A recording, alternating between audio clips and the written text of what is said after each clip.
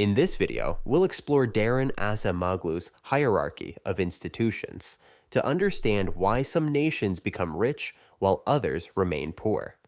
So, what exactly are institutions?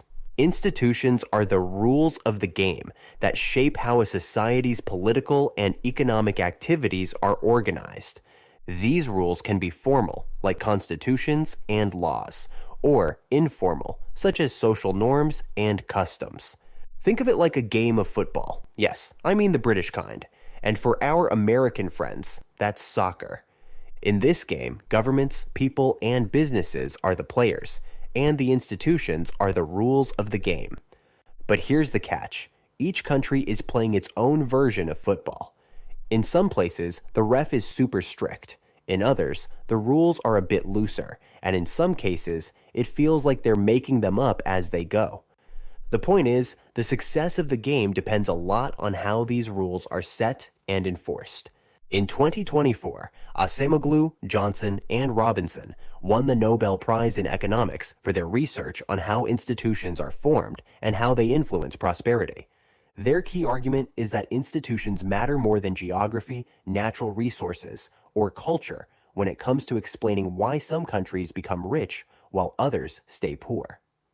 Acemoglu created this hierarchy of institutions to illustrate his framework of prosperity and change.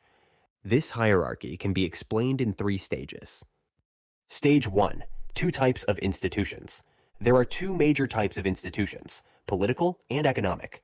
Political institutions are the rules that determine who gets to make the laws and regulations in a society. They include constitutions, legal frameworks, and public policies. Economic institutions, on the other hand, shape the incentives for individuals, households, and firms. These include property rights and contract enforcement.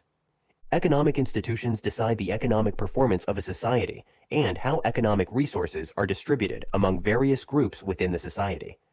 Acemoglu argues that political institutions shape economic institutions. Take the Glorious Revolution in 1688 as an example. Before the revolution, the English monarchy held most of the political power, shaping economic institutions to suit their needs.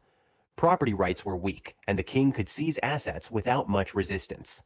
After the revolution, political power shifted to parliament, leading to stronger property rights and better economic opportunities. Stage 2. Distribution of power. Political institutions shape economic institutions through the distribution of power. Political institutions dictate how formal power in society is distributed. It decides who holds the formal power. Is it the elites or the larger masses? However, in addition to formal power, there is another type of power. It is known as the de facto or informal political power. Groups within society can exert influence even without having legal authority. Masses and groups within society can change the distribution of power through protests, revolts, and even revolutions. This, in turn, can create new political institutions as well as economic institutions.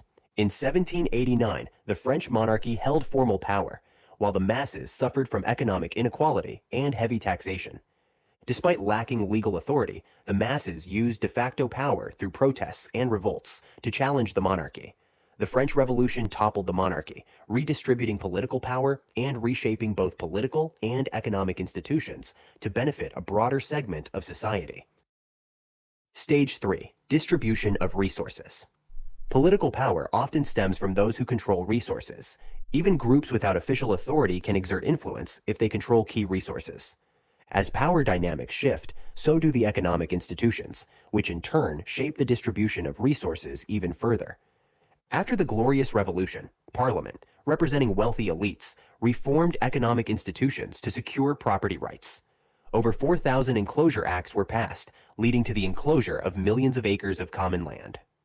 With the development of private property, investors became encouraged to invest in land, technology, and agriculture, laying the foundation for England's Industrial Revolution. In Acemoglu's hierarchy of institutions, political institutions determine the distribution of power in a society, which in turn shapes the economic institutions. These economic institutions then influence both economic performance and the distribution of resources.